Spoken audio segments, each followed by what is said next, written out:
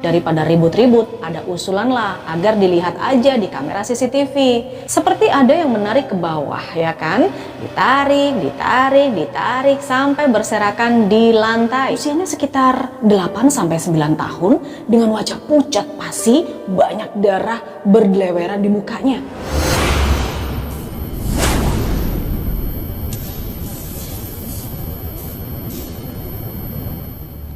Hai teman-teman, Assalamualaikum warahmatullahi wabarakatuh. Selamat datang kembali di Ruang Cerita, ruang tempat kamu bebas bercerita apa aja.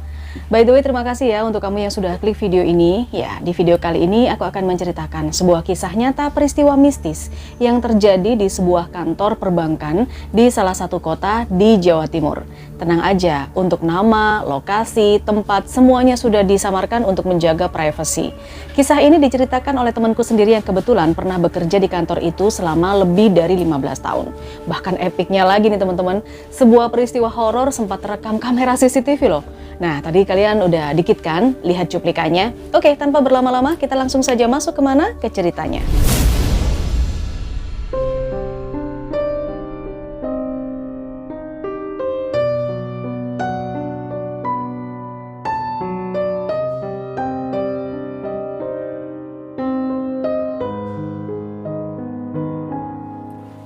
Sebelum kita ceritakan lebih jauh kisah horornya kayak apa, aku coba gambarkan dulu ya situasi bangunan kantor perbankan ini.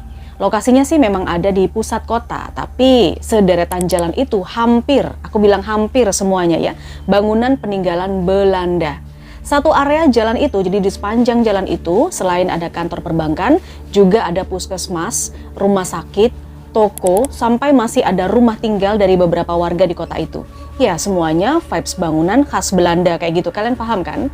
Lalu temanku ini, sebut saja namanya Nugi, mulai bekerja di bank itu sekitar tahun 2007 atau 2008 sebagai driver. Awalnya sih nggak ada hal-hal mistis ya di bulan-bulan pertama, lalu tiba-tiba aja terjadi rentetan kisah-kisah ganjil yang ada di kantornya itu. FYI, namanya juga kantor perbankan ya, pasti punya ratusan karyawan yang terdiri dari banyak divisi, mulai dari divisi security, office boy, staf kantor konven, dan mikro, sampai manajer dan kepala cabang. Nah, dari ratusan karyawan ini teman-teman memang nggak semuanya mengalami hal-hal mistis atau hal-hal ganjil, tapi dialami oleh beberapa aja. Tapi ya begitulah, namanya kantor ya, dari mulut ke mulut, cerita dan hebohnya itu begitu menyebar kemana-mana. Oke, sekarang kita masuk ke hal ganjil yang pertama. Menurut ceritanya Nugi, kejadian epik ini dialami oleh seorang karyawan dari pusat, sebut saja namanya Pak Anton. FYI ya, Pak Anton ini adalah koordinator office boy di bank itu. Jadi sehari-hari memang Pak Anton ini nggak ngantor di kantor situ, tapi di kantor pusat sana, yang lokasinya beda di luar kota gitu ya. Suatu ketika Pak Anton ini melakukan visit bulanan ke kantornya Nugi. Dah tuh ya, pagi-pagi Pak Anton datang, lalu meeting sampai siang, istirahat, lalu lanjut lagi berkoordinasi atau meeting lagi dengan para office boy, which is itu bawahannya. Awalnya semuanya berjalan lancar teman-teman. Pengecekan kondisi kinerja dan perlengkapan-perlengkapan yang berhubungan dengan ke-office boyan juga sudah dilakukan oleh Pak Anton ini. Bukan hanya bertanggung jawab soal kebersihan kantor saja ya office boy di kantor itu, tetapi juga di bagian teknis, seperti perlengkapan apa aja yang dibutuhkan di ruang genset. Itu pun juga dicek sama Pak Anton. Nah, menjelang sore Pak Anton ini masuk ke ruang genset seperti biasanya. FYI, ruang genset ini lokasinya jadi satu sama ruang security di pos depan. Hanya terpisah sekat pintu aja gitu loh teman-teman. Secara otomatis di sana kan juga ada beberapa security yang sedang jaga juga di luar gitu kan. Nah, setelah ngobrol-ngobrol dengan beberapa security yang ada di pos, lalu Pak Anton ini masuklah ke ruang genset. Di dalam sih biasa-biasa aja, nggak ada perasaan apa-apa. Nah, pas Pak Anton ini mau berbelok ke arah kanan, di situ kan letak gensetnya tuh ya. Sekitar 3 langkah sebelum mencapai lokasi gensetnya, tiba-tiba Pak Anton terperanjat. Karena di depannya itu berdiri sosok anak kecil, usianya sekitar 8-9 tahun, dengan wajah pucat pasi, banyak darah bergeleweran di mukanya. Nah, anak kecil ini menatap tajam ke arah Pak Anton. Di situ Pak Anton gemeteran gak terkira, beberapa detik dia nge-freeze, gak bisa gerak gitu ya teman-teman. Akhirnya dia pun tersadar dan segera lari keluar menuju pos security. Di situ Pak Anton langsung terduduk diam, wajahnya pucat, keringat dingin mengucur dari seluruh muka dan badannya basah. Ya, otomatis beberapa security yang ada di sana bertanya, "Bang, ngapain bang? Kok pucet gitu? Kok tiba-tiba keluar buru-buru? Apa udah dicek itu ruang gensetnya?" Gitu, sapa salah seorang security. Pak Anton di situ nggak bisa ngomong apa-apa teman-teman. Akhirnya dia cuma bisa bilang ke drivernya, Tom, ayo deh kita balik aja. Aku nggak mau di sini. Udah kita balik aja Tom. Gitu dia bilang. Teman-temannya ya di situ pada bingung ya. Ini orang kenapa gitu-gitu amat ya? Nggak biasanya nih Pak Anton balik tanpa pamitan basa-basi sama teman-temannya di situ. Ya pokoknya nggak kayak biasanya lah. Beberapa menit kemudian driver di kantor pun mengantarnya kembali ke kantor pusat. Nah, setelah beberapa hari berlalu, baru tuh si driver yang mengantar Pak Anton itu cerita kalau ada sosok anak kecil yang mukanya pucat pasi berlumuran darah di ruang genset.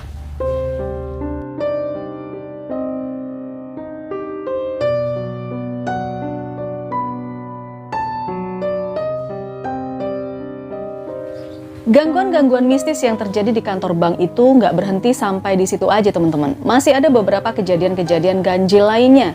Seperti tiba-tiba di tengah malam para security yang lagi jaga itu dengar kalau ada suara keran air yang tiba-tiba aja menyala sendiri padahal itu di tengah malam. Lalu ada juga toilet atau di kamar mandi itu terdengar kayak suara orang mandi di tengah malam. Bayangin aja mana ada orang mandi di tengah malam apalagi itu di kantor gitu kan. Terus munculnya bayangan-bayangan berseliweran di setiap sudut kantor. Tapi pas dicari ternyata nggak ada siapa-siapa. Ada lagi kejadian epik yang terlihat nyata dan jelas sekali teman-teman. Menurut ceritanya Nugi nih ya, kejadiannya bahkan sore hari. Ya memang udah agak-agak menjelang maghrib sekitar jam 5-an gitu ya. Staf mikro waktu itu lagi meeting kan, udah biasa, sampai malam biasanya.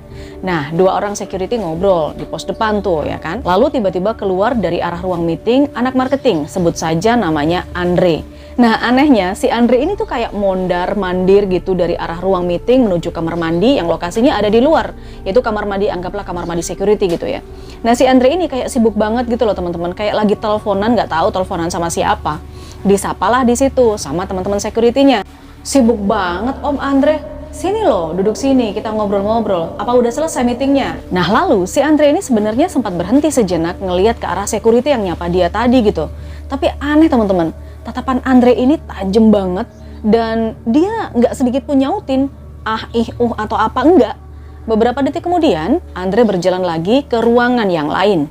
Ya security dan kawan-kawan yang lagi nongkrong di situ nggak habis pikir ya dan nggak ada perasaan apa-apa juga. Cuman ya sempat ada celetukan dari salah satu dari mereka.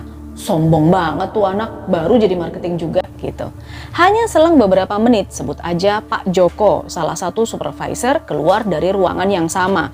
Ruangan meeting dan langsung menuju ke segerombolan security tadi. Berarti meetingnya udah selesai ya.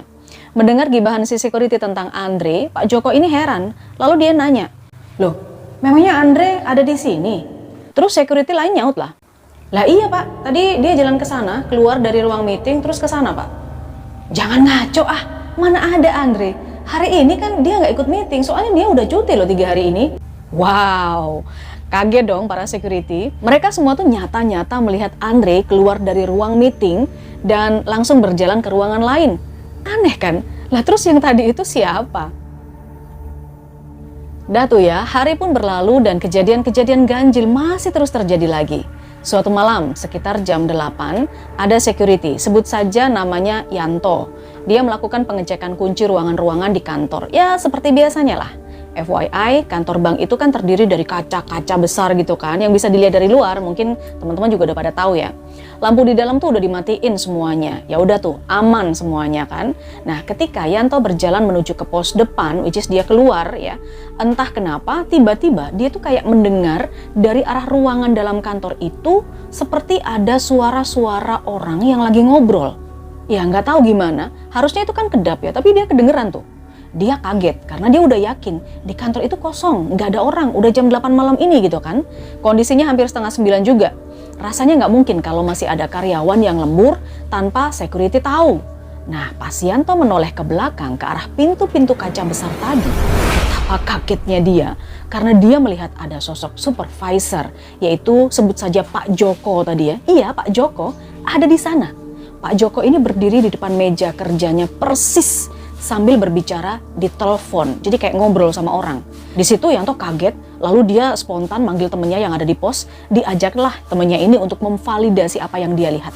bener nggak tuh Pak Joko ada di dalam gitu katanya. Begitu dicek lagi sama Yanto dan security lain, anehnya sosok Pak Joko tadi udah hilang. Besoknya nyebarlah berita itu ke semua karyawan kantor.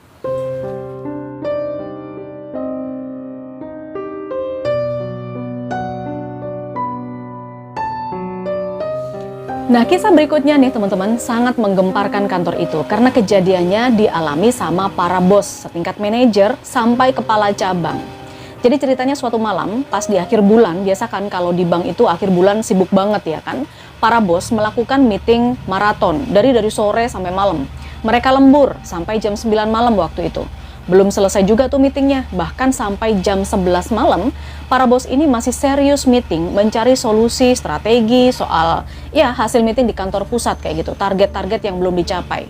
Gak jarang mereka ini berbeda pendapat, jadi kayak adu argumen gitu, agak sedikit berdebat dengan nada tinggi. Nah, di sela kegaduhan-kegaduhan seperti itu, mereka juga sempat bercanda.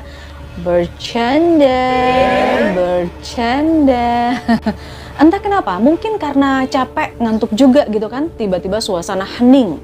Mereka ya udah melihat ke laptop masing-masing. Tepat jam 12 malam, tiba-tiba mereka dikejutkan dengan suara hentakan teriakan seperti suara hardikan yang entah dari mana datangnya. Kayak gini nih.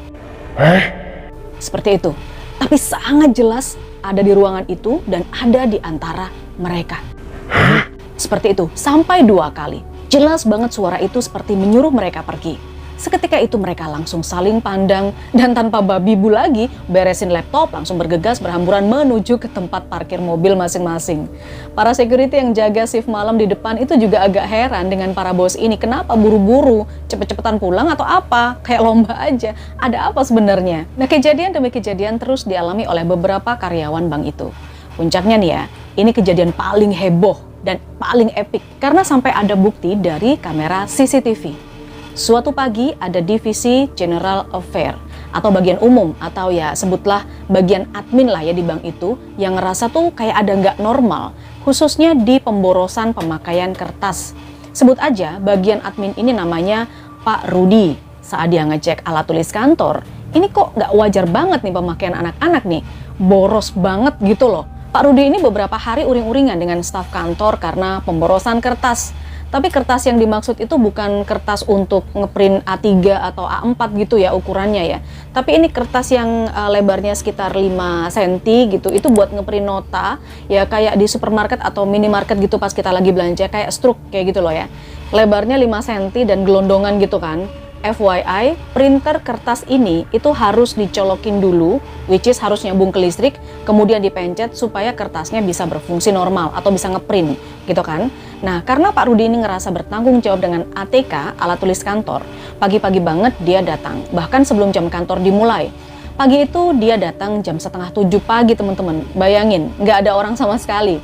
Bener aja, di ruangan marketing, mesin print itu dalam kondisi off memang ya. Tapi kertasnya udah amburadul berserakan gak karuan di bawah. Ini terjadi sampai 3 hari, meskipun gak berturut-turut. Tapi seringnya kayak gitu. Jadi seperti alatnya itu dipencet printnya, terus kertasnya berserakan di lantai. Padahal itu juga nggak ada tulisan apapun yang di print alias kertasnya itu kosong. Ya karena melihat hal itulah, Pak Rudi merasa marah besar ke anak-anak marketing waktu itu. Ditanyailah satu persatu yang ada di situ. Di antara kalian ini, siapa yang pakai terakhir terus gak dimatiin? Gitu. Nah, gak ada yang ngaku lah di situ ya. Makin marah tuh Pak Rudi. Tapi memang sih teman-teman, kantor udah off, itu maksimal kan jam 6 petang, jam 6 gitu ya. Lampu, PC, print, dan semuanya off. Saksinya ya security pula karena bagian ngecek terakhir gitu kan. Gak mungkin kalau ada yang nyalain, terus security gak tahu. Dah tuh ya, daripada ribut-ribut, ada usulan lah agar dilihat aja di kamera CCTV. Akhirnya tentang kejadian dalam 1 minggu itu dicek di rekaman CCTV yang ada di ruangan security, tapi yang punya akses memang hanya beberapa orang aja. Dilihat ya, dari mulai sepanjang minggu, Senin malam aman, Selasa malam aman, Rabu malam aman, baru Minggu malam nih mulai ada kejadian. Sekitar jam 2-an masuk Senin dini hari ya, terjadi sebuah keganjilan luar biasa dan terekam kamera CCTV. Coba kalian lihat aja ini, di rekaman CCTV ini ada terlihat kalau tidak ada angin, tidak ada manusia satupun yang di dalam kantor itu, tapi coba amati kertas-kertas gulungan di atas meja. Seperti ada yang menarik ke bawah, ya kan? Ditarik, ditarik, ditarik, sampai berserakan di lantai. Padahal itu, untuk mengoperasikan mesin printnya, harus dicolokin dulu ke listrik kan ya, tapi ini nggak pakai dicolokin. Tiba-tiba aja mesinnya kayak ada yang neken, kertasnya ditarik-tarik, ya kayak gitu. Nggak perlu aku jelasin lagi kan ya, udah jelas banget di rekaman CCTV ini. Ya, maklum kalau buram-buram, kenapa? Karena di zaman itu tuh belum ada kamera yang bagus, masih VGA semua kalau nggak salah. Kalau ada di antara kalian yang IndiHome atau Indigo nih, teman-teman bisa lihat nggak ada apa di rekaman CCTV itu?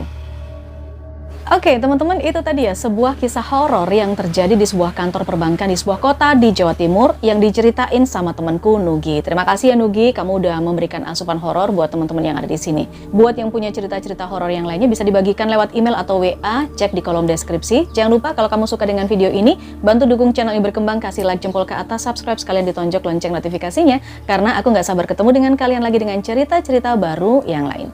Wassalamualaikum warahmatullahi wabarakatuh.